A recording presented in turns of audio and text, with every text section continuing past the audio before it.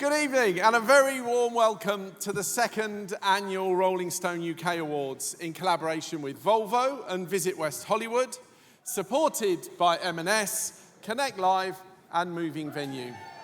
Thank you all. It's been a bit over 3 years since we brought Rolling Stone to the UK. We landed in September 2021, and I can remember being asked onto BBC Radio 4 during launch week to talk to a panel of media commentators. Broadly, all of them thought I was completely mad to do this and said so to my face, which was a bit awkward, if I'm honest. The man from the independent newspaper closed the piece by laughing and saying, "I wish you every success, but I'm not sure this is going to happen for you." Well, one of us is still sold on the newsstand and one of us isn't.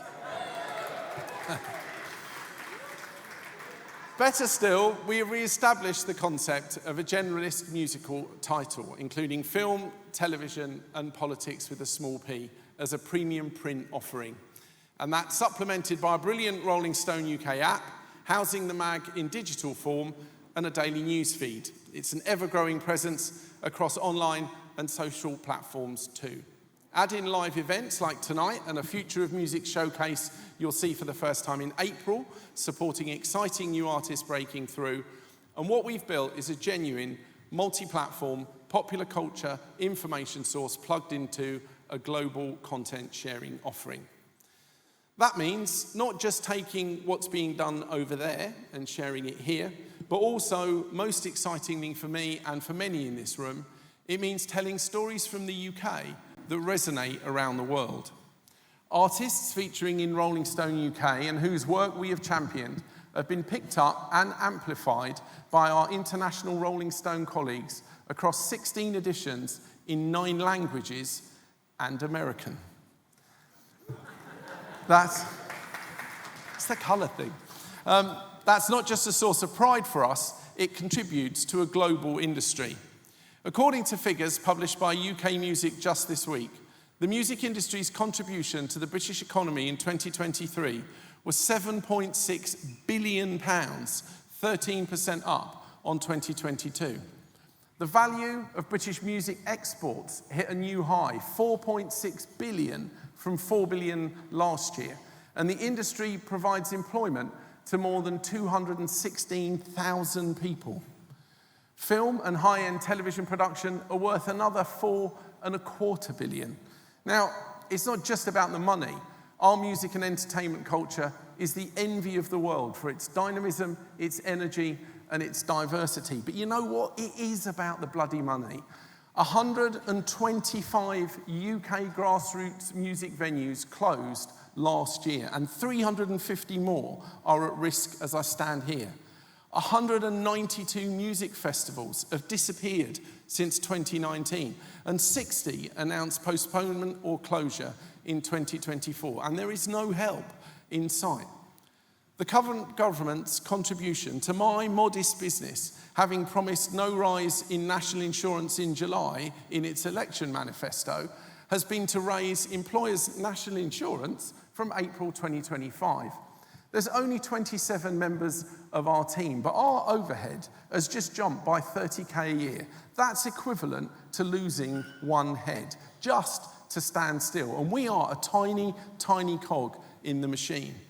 Maybe when our Prime Minister and his colleagues start to pay for their Taylor Swift tickets, hospitality at Arsenal, or their own clothes, there might be economic benefits we can all share.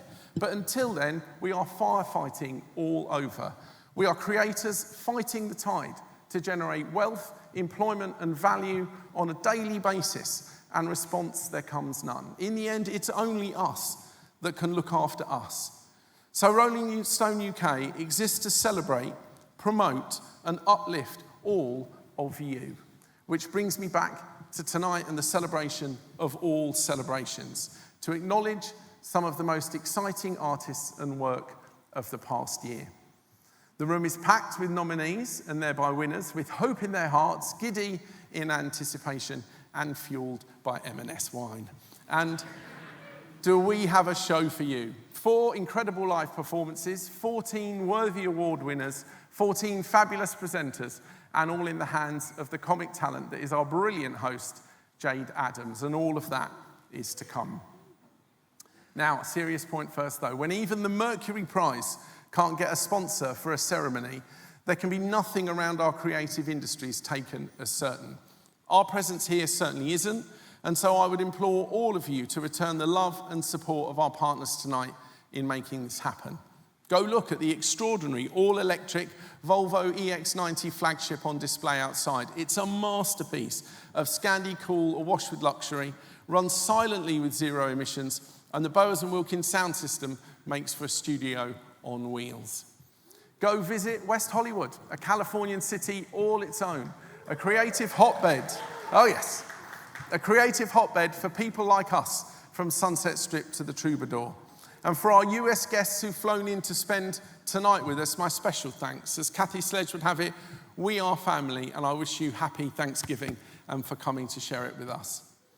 And please enjoy the fine wines at the table, as I said, and the crafted cocktails at our after party afterwards. These aren't just wines and cocktails, these are M&S wines and cocktails.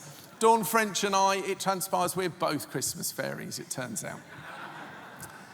And thanks to our creative partners too. If it feels like you're sitting in the middle of another worldly television set, it's because our colleagues at Connect Live have thrown heart and soul and a lot of plugs and bulbs into a platform worthy of the talent present. The production later will take your breath away, I promise.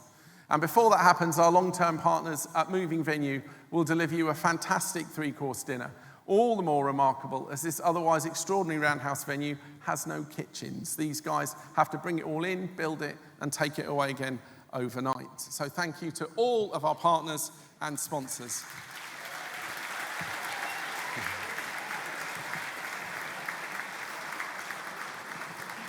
Now, I will momentarily introduce the first of tonight's live performers, an extraordinary band from Leeds, my football parlance tells me. But before I do, I'm delighted to reveal that later this evening, also performing, will be Little Mixer turned solo superstar Jade, and yes, and the beautiful chaos that is Janet Planet and Sugar Bones, aka Confidence Man, live in the house tonight. And were all of that insufficient, then with a 3-song set to close our show, just 2 days after what would have been Tina Turner's 85th birthday, will be the stars of Tina, the Tina Turner musical, hot foot from the Aldwych Theatre in the West End. Now, Tina, of course, was, is, and always will be a legend at the beating heart of all that Rolling Stone stands for. We loved her, she loved us back, and seeing her last show at the old Wembley Stadium in 2000 remains one of the great gig experiences of my life. We sang, we danced, we laughed and cried with her, and at the end of tonight's show, I would implore you to leave your tables, come down to the front, and do exactly the same thing. We have 2 very special guests here tonight as part of our Tina tribute too. Firstly, Martin Ware, a founder member of both Human League and Heaven 17, who produced Let's Stay Together for the Private Dancer album, and who has written a beautiful tribute piece about Tina in the issue of Rolling Stone UK that's published tomorrow, is joining us. And also poignantly, we're joined by a man who since May 2023 has borne a very private loss alongside the public grief shared with the rest of us. He is Tina's husband of more than a decade, Erwin Bark, and he is also with us this evening. It is a privilege, sir, to share tonight with you.